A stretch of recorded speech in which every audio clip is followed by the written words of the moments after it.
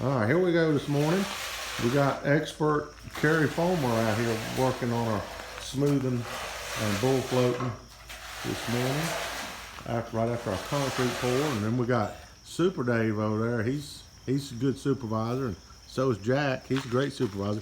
And there's Brandon. He's our main guy. He's the one. He's like the engineer, and then Mike Faint. And anyway, we poured the concrete. It's going to take longer to dry because we have a vapor barrier underneath, and it's not going to let the water drain down like it would in a lot of situations where you don't have a barrier. And so the air, it all has to go upward, the water does, to evaporate. And so it's going to take a little longer than your usual concrete pad for that reason. Anyway, we built a box around the shower drain over there, and for trap purposes, you got a drain in the middle. You can't see it real good, but it's there, and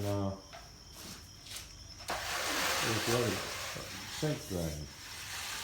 Anyway, there we go. That's our pour. We're working on it. We'll be working on it. Here's our trowel machine.